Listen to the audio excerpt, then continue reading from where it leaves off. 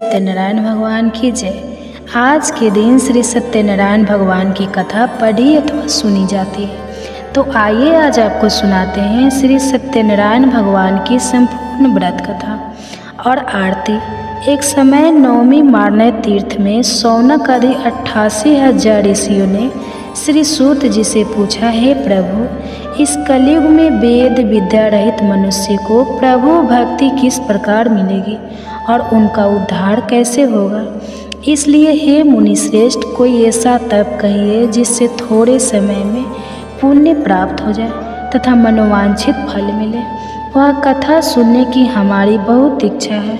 सर्वशास्त्र ज्ञाता श्री सूत जी बोले, हे वैष्णव, मैं पूज्य आप सबने प्राणियों के हित की बात पूछी है। अब मैं उस श्रेष्ठ व्रत को आप लोगों से कहूँगा जिस व्रत को नारद जी ने लक्ष्मी नारायण जी से पूछा था और लक्ष्मीपति ने मुनि श्रेष्ठ नारायण जी से कहा था। सो ध्यान से सुनिए। एक समय योगी राज नारद जी दूसरों के हित की इच्छा से अनेक लोकों में घूमते हुए मृत्यु लोकों में आ पहुँचे। यहाँ अनेक योनियों में जन्मे हुए प्रायः सभी मनुष्य को अपने कर्मों द्वारा अनेक दुखों से पीड़ित देखकर सोचा कि इस यत्न के करने से निश्चय ही प्राणियों के दुखों का नाश हो सकेगा। ऐसा मन में सोचकर विष्णु लोक को चले गए। वहाँ श्वेत वर्ण तथा 4 भुजा वाले देवों के इस नारायण को देखकर, जिनके हाथों में शंख चक्र गदा और पदा थे, वे वरमाला पहने हुए थे, उनकी स्तुति करने लगे। हे भगवान, आप अत्यंत शक्ति से संपन्न हैं। मन तथा वाणी भी आपको नहीं पा सकती। आपका आदि मध्य अंत नहीं है। निर्गुण स्वरूप सृष्टि की आदि भूति और भोक्तों के दुखों को नष्ट करने वाले आपको मेरा नमस्कार है। नारद जी से इस प्रकार की स्तुति सुनकर विष्णु भगवान बोले, हे मुनि श्रेष्ठ, आपके मन में क्या है? आपका किस काम के लिए आगमन हुआ है? निसंकोच होकर कहिए। तब नारद मुनि बोले, मृत्यु लोक में सब मनुष्य जो अनेक योनियों में पैदा हुए हैं, अपने अपने कर्मों के द्वारा अनेक प्रकार के दुखों से दुखी हो रहे हैं। हे नाथ, मुझ पर दया रखते हो तो बताइए कि उन मनुष्यों के सब दुख थोड़े से ही प्रयत्न से कैसे दूर हो सकते हैं। हे नारद, मनुष्य की भलाई के लिए तुमने बहुत अच्छी बात पूछी है। जिस काम के करने से मनुष्य मोह से छूट जाता है वह मैं कहता हूँ। सुनो, बहुत पुण्य देने वाला स्वर्ग तथा मृत्यु लोक दोनों में दुर्लभ एक उत्तम व्रत है। आज मैं प्रेम वश होकर तुमसे कहता हूँ, सत्यनारायण का यह व्रत अच्छी तरह विधि पूर्वक करने से मनुष्य आयु पर्यंत यहाँ सुख भोग कर मरने पर मोक्ष को प्राप्त होता है। श्री भगवान के वचन सुनकर नारद मुनि बोले कि उस व्रत का फल क्या है? क्या उस व्रत का विधान है और किसने यह व्रत किया है और किस दिन यह व्रत करना चाहिए? विस्तार से कहिए। भगवान श्री कृष्ण बोले, दुख शोक आदि को दूर करने वाला, धन धान्य को बढ़ाने वाला, सौभाग्य तथा संतान को देने वाला, यह व्रत सब स्थानों पर विजय करने वाला। भक्ति और श्रद्धा के साथ किसी भी दिन मनुष्य श्री सत्यनारायण की शाम के समय ब्राह्मणों और बंधुओं के साथ धर्म में परायण होकर पूजा करे। भक्ति भाव से नैवेद्य केले का फल, घी, दूध और गेहूँ का चूर्ण सवाय ले। गेहूँ के अभाव में साठी का चूर, शक्कर और गुड़ ले और सब भक्षण योग पदार्थ जमा करा के भगवान के अर्पण कर दे तथा बंधुओं सहित ब्राह्मणों को भोजन कराए। इसके पश्चात स्वयं भी भोजन करें। नृत्य गीत आदि का आचरण करके भगवान सत्यनारायण का स्मरण करते हुए समय व्यतीत करें। इस तरह व्रत करने पर मनुष्यों की सभी इच्छा निश्चय ही पूरी होती है। विशेषकर कली काल में भूमि पर यही मोक्ष का सरल उपाय है। इसके प्रसंग में सूत जी बोले, हे ऋषियों, जिसने पहले समय में इस व्रत को किया है इसका इतिहास कहता हूँ। ध्यान से सुनो। सुंदर काशीपुर नगरी में एक अत्यंत निर्धन ब्राह्मण रहता था। वह भूख और प्यास से बेचैन हुआ नित्य पृथ्वी पर घूमता था। ब्राह्मणों से प्रेम करने वाले भगवान ने ब्राह्मण को दुखी देखकर बूढ़े ब्राह्मण का रूप धारण करके उसके पास जाकर आदर के साथ पूछा, हे विप्र, नित्य दुखी हुआ पृथ्वी पर क्यों घूमते हो? हे श्रेष्ठ ब्राह्मण, यह सब मुझको कहो, मैं सुनना चाहता हूँ। ब्राह्मण बोला, मैं निर्धन ब्राह्मण हूँ, भिक्षा के लिए पृथ्वी पर फिरता हूँ। हे भगवान, यदि आप इसका उपाय जानते हो तो कृपा करके कहो।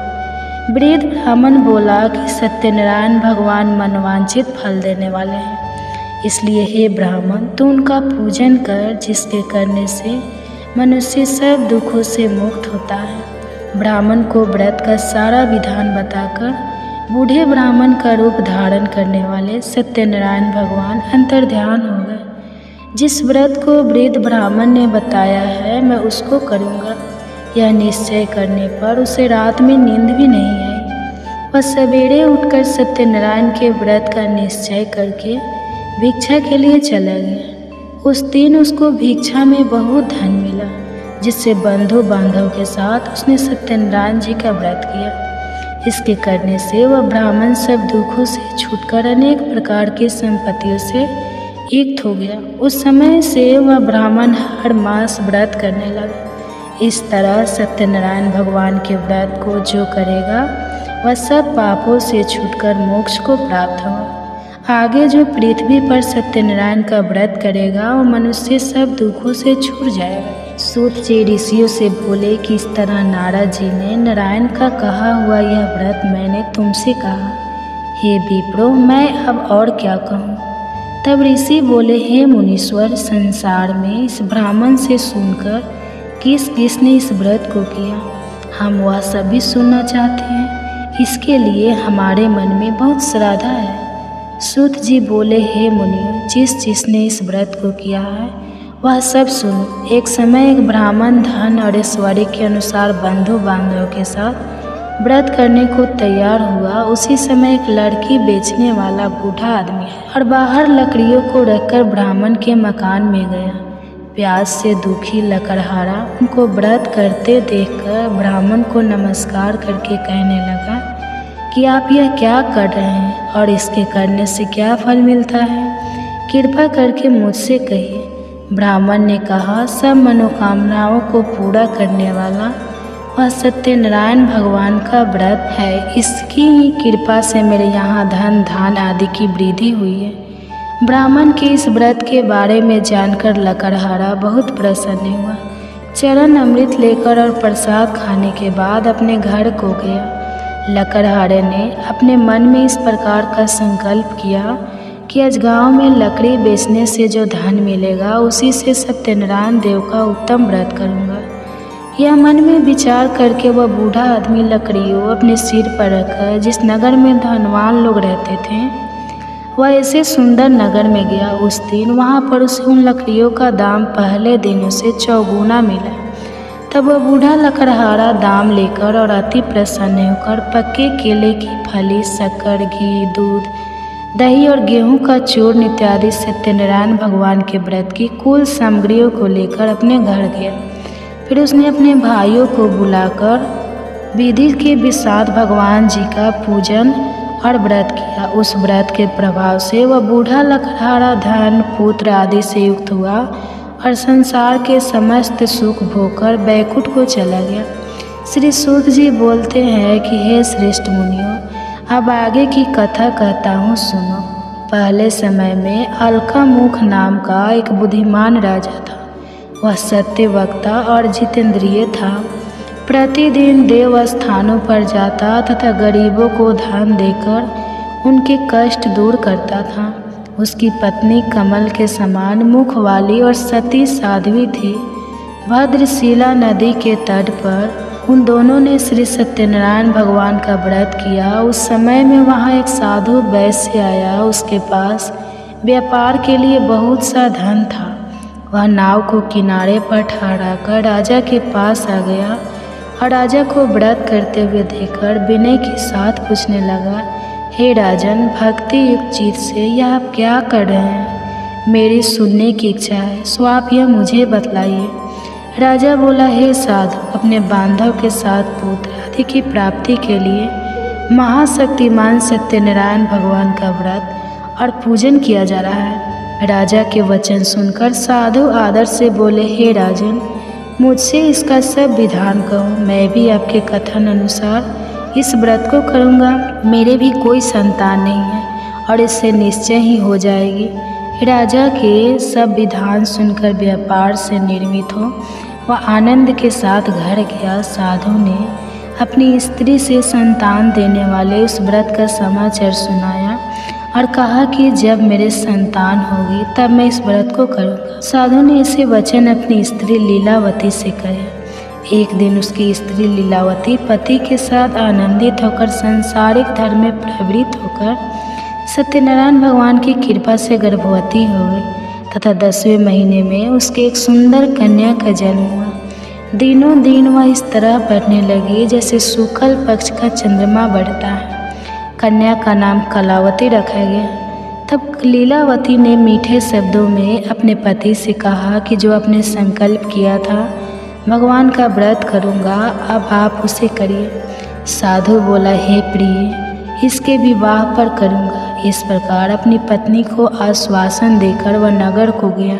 कलावती प्रीत ग्रह में वृद्धि को प्राप्त हो गई। साधु ने जब नगर में सखियों के साथ अपनी पुत्री को देखा तो तुरंत दूत को बुलाकर कहा कि पुत्री के वास्ते कोई सुयोग्य देखिए। साधु की आज्ञा पाकर दूत कंचन नगर पहुंचा और वहां पर बड़ी खोज और देखभाल कर लड़की के लिए सुवियोग वाणी कमल को देखकर साधु ने अपने बंधु बांधव सहित प्रसन्नचित्त अपनी पुत्री का विवाह उसके साथ कर दिया। किंतु दुर्भाग्य से विवाह के समय भी उस व्रत को करना भूल गया। तब श्री भगवान क्रोधित हो गए और श्राप दिया कि तुम्हारे दारुण दुख प्राप्त होगा। अपने कार्य में कुशल साधु बनिया जमाता सहित समुद्र स्थित रतनपुर नगर में गया और वहाँ दोनों ससुर जमाई चंद्र केतु राजा उस नगर में व्यापार करने लगे। एक रोज भगवान सत्यनारायण की माया से प्रेरित कोई चोर राजा का धन चुराकर भागा जा रहा था, किंतु राजा के दूतों को आता देखकर चोर ने घबराकर भागते हुए राजा के धन को वहीं चुपचाप रख दिया जहां वह ससुर जमाई ठहरे हुए थे। तब दूतों ने उस साधु वैश्य के पास राजा के धन को रखा देखा तो वे दोनों को बांध कर ले गया और प्रसन्नता से डरते हुए राजा के समीप जाकर बोले, यह 2-4 हम पकड़ कर लाए हैं, देकर आज्ञा दे। तब राजा की आज्ञा से उनको कठोर कारावास में डाल दिया और उनका सब धन छीन लिया। सत्यनारायण भगवान के श्राप द्वारा उनकी पत्नी भी घर पर बहुत दुखी हुई और घर पर जो धन रखा था चोर चुरा कर ले गए। शारीरिक और मानसिक पीड़ा तथा भूख प्यास से अति दुखित होकर अन्न की चिंता में कलावती एक ब्राह्मण के घर गई। वहाँ उसे सत्यनारायण भगवान का व्रत होते देखा। फिर कथा सुनी तथा प्रसाद ग्रहण करके रात को घर आई। माता ने कलावती से कहा, हे पुत्री, अब तक कहाँ रह गई थी? वह तेरे मन में क्या है? कलावती बोली, हे माता, मैंने एक ब्राह्मण के घर से सत्यनारायण भगवान का व्रत देखा है। कन्या के वचन सुनकर लीलावती भगवान के पूजन की तैयारी करने लगी। लीलावती ने परिवार और बंधुओं सहित श्री सत्यनारायण भगवान का पूजन किया और वर मांगा कि मेरे पति और दामाद शीघ्र आ जाए। साथ ही प्रार्थना की कि हम सबका अपराध क्षमा करो। सत्यनारायण भगवान इस व्रत से संतुष्ट हो गए और राजा चंद्र केतु को स्वप्न में दर्शन देकर कहा, हे राजन, दोनों वैश्यों को प्रातः ही छोड़ दो। सब धन जो तुमने ग्रहण किया है वह दे दो, नहीं तो मैं तेरा धन, राज्य, पुत्र आदि सब नष्ट कर दूंगा। राजा से ऐसे वचन कहकर भगवान अंतर्ध्यान हो गए। प्रातःकाल राजा चंद्रकेतु ने सभा में अपना स्वप्न सुनाया। फिर दोनों वाणी कमन बुलाया। दोनों ने आते ही राजा को नमस्कार किया। राजा मीठे वचनों से बोले, हे महानुभाव भावी, ऐसा कठिन दुख प्राप्त हुआ है, अब तुम्हें कोई भय नहीं। ऐसा कहकर राजा ने उनको नए नए वस्त्र आभूषण पहनाए तथा उनका जितना धन लिया था उससे दुगुना धन उसे देकर आदर सहित विदा कर दिया। दोनों वैश्य अपने घर को चले गए। सूची बोले, वैश्य ने मंगलाचार करके यात्रा आरंभ की और अपने नगर को चला। उनके थोड़ी दूर निकलने पर दंडी वेशधारी सत्यनारायण भगवान ने उनसे पूछा, हे साधु, तेरी नाव में क्या है? अभिमानी वनी कमनी, आप क्यों पूछते हो? क्या धन लेने की इच्छा है? मेरी नाव में तो बोलो और पत्ते भरे हैं। पैसे का कठोर वचन सुनकर भगवान ने कहा, तुम्हारा वचन सत्य हो। दंडी ऐसा कहकर वहाँ से चले गए और कुछ दूर जाकर समुद्र के किनारे बैठ गए। दंडी के जाने पर वैश्य ने नित्य क्रिया करने के बाद नाव को ऊंची उठी देखकर अवंचा किया और नाव में बेल पत्ते आदि देकर मूर्छित होकर जमीन पर गिर पड़ा। फिर मूर्छा खुलने पर अत्यंत शोक प्रकट करने लगा। तब उसका दामाद बोला कि आप शोक ना करें, यह दंडी का श्राप है, अतः उनकी शरण में चलना चाहिए, तभी हमारी हर मनोकामना पूरी होगी। दामाद के वचन सुनकर वह दंडी के पास पहुंचा और अत्यंत भक्ति भाव से नमस्कार करके बोला, मैंने जो आपसे असत्य वचन कहे थे उनको क्षमा करो। ऐसा कहकर महान सुख होकर रोने लगा। तब दंडी भगवान बोले, हे वानिक, इससे बार बार तुम्हें दुख प्राप्त हुआ है, तू मेरी पूजा से विमुख हुआ। साधु बोला, हे भगवान, आपकी माया से मोहित ब्रह्मा आदि भी आपके रूप को नहीं जानते, तब मैं अज्ञानी कैसे जान सकता हूँ? आप प्रसन्न होइए, मैं सामर्थ्य के अनुसार आपकी पूजा करूँगा, मेरी रक्षा करो और पहले के समान नौका में धन भर दो। उसके भक्ति का यह वचन सुनकर भगवान प्रसन्न होकर उसकी इच्छा अनुसार वर देकर अंतर्ध्यान हो गए। तब उन्होंने नाव पर आकर देखा कि नाव धन से परिपूर्ण है। फिर भी वह भगवान सत्यनारायण का पूजन कर साथियों सहित अपने नगर को चला। अब अपने नगर के निकट पहुंचा, तब दूत को घर भेजा। दूत ने साधु के घर जाकर उसकी स्त्री को नमस्कार करके कहा कि साधु, अपने दामाद सहित इस नगर के समीप आ गए हैं। ऐसा वचन सुनकर साधु की स्त्री ने बड़े हर्ष के साथ सत्यदेव का पूजन कर पुत्री से कहा, मैं अपने पति के दर्शन को जाती हूँ, तू कार्य पूरा करके शीघ्र आ। माता के ऐसा वचन सुनकर कलावती प्रसाद छोड़कर पति के पास गई। प्रसाद की अवज्ञा के कारण सत्यदेव ने रुष्ट होकर उसके पति को नाव सहित पानी में डुबा दिया। कलावती अपने पति को न देखकर रोती हुई जमीन पर गिर गई। इस तरह नौका को डूबा हुआ तथा कन्या को रोता देखकर साधु दुखी होकर बोला, हे प्रभु, मुझसे या मेरे परिवार से जो भूल हुई है उसे क्षमा करो। उसके 3 वचन सुनकर सत्यदेव प्रसन्न हो गए और आकाशवाणी हुई कि हे साधु, तेरी कन्या मेरे प्रसाद को छोड़कर आई है, इसलिए इसका पति अदृश्य हुआ है। यदि वह घर जाकर प्रसाद खाकर लौटे तो इससे पति अवश्य मिलेगा। ऐसी आकाशवाणी सुनकर कलावती ने घर पहुंचकर प्रसाद खाया, फिर आकर पति के दर्शन किए। तत्पश्चात साधु ने बंधु बांधव सहित सत्यदेव का विधि पूर्वक पूजन किया। उस दिन से वह पूर्णिमा को सत्यनारायण का पूजन करने लगा। फिर इस लोक का सुख भोगकर अंत में स्वर्ग लोक को गया। सूत जी बोले, हे ऋषियों, मैं और भी कथा कहता हूँ, अब सुनिए आरती। जय जगदीश हरे स्वामी, जय जगदीश हरे। भक्त जनों के संकट, दास जनों के संकट क्षण में दूर करे। जय जगदीश हरे स्वामी, जय जगदीश हरे। भक्त जनों के संकट, दास जनों के संकट क्षण में दूर करे। जय जगदीश हरे।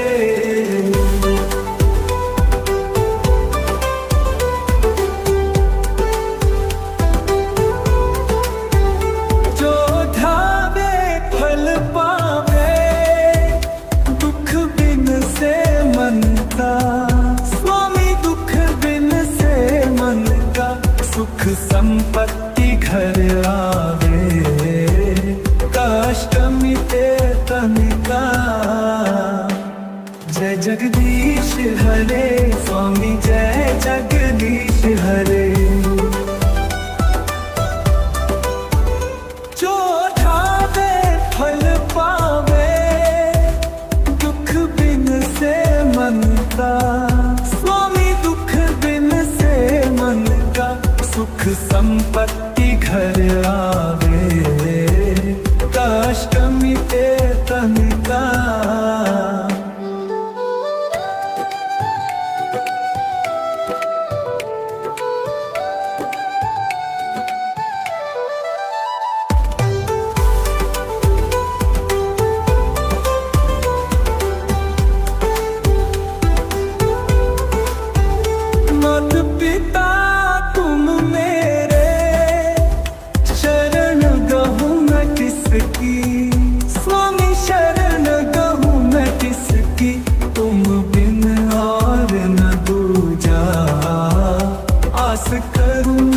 जिसकी।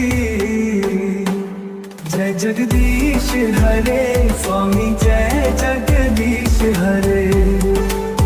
भक्त जनों के संकट दास जनों के संकट क्षण में दूर करे।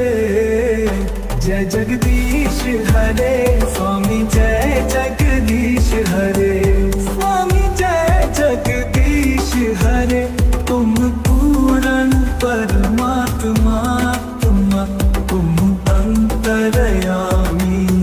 स्वामी तुम अंतर्यामी परब्रह्म परमेश्वर तुम सबके स्वामी तुम सबके स्वामी।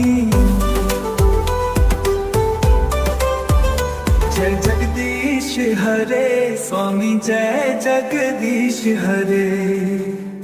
भक्त जनों के संकट दास जनों के संकट क्षण में दूर करे।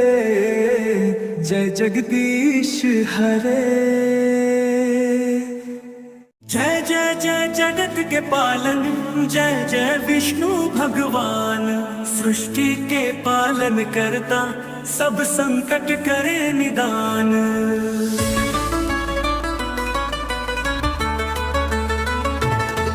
जय विष्णु भगवान जग प्यारे। सतयुग त्रेता द्वापर तारे। युग में भी नाम तुम्हारा सुखदाई सब संकट हारा।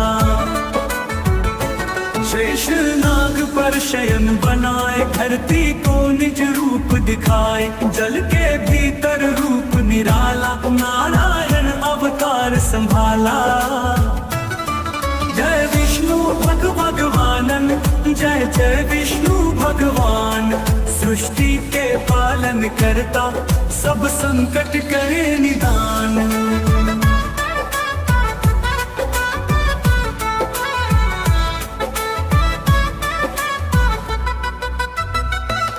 गर्भ में जब प्रलय होए भारी तुम धारण मच का अवतारी। कच्छप रूप धर धरा बचाई मन में धीरज तुमने बंधाई।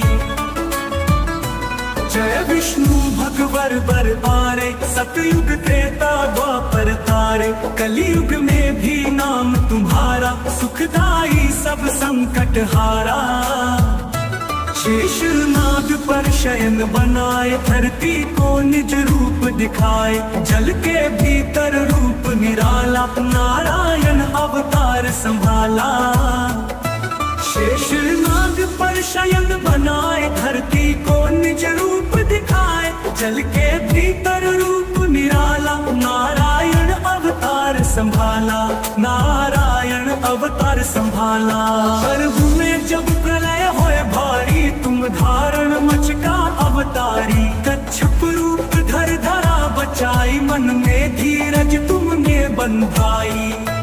वराह रूप धर जब तुम आए धरती को फिर ऊपर लाए। नृसिंह रूप जब तुम आए प्रहलाद को सदा सुख पाए।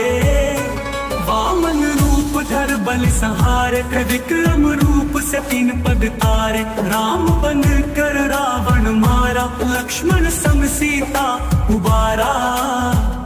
श्री कृष्ण बन धरती पर आए। कंस चाणूर शिशुपाल हराए। महाभारत में अर्जुन साथी। गीता का ज्ञान दिया अनुपम रथी। सुदर्शन चक्र तुम्हारा प्यारा। जिस पर संकट आए सहारा। गरुड़ वाहन तेज तुम्हारा। संसार का पालन तुम्हारा। विष्णु चालीसा जो पढ़े मन में धर विश्वास। सुख शांति और संपत्ति पाए मिटे सभी संताप। श्री विष्णु जी की कृपा सभी पर बनी रहे।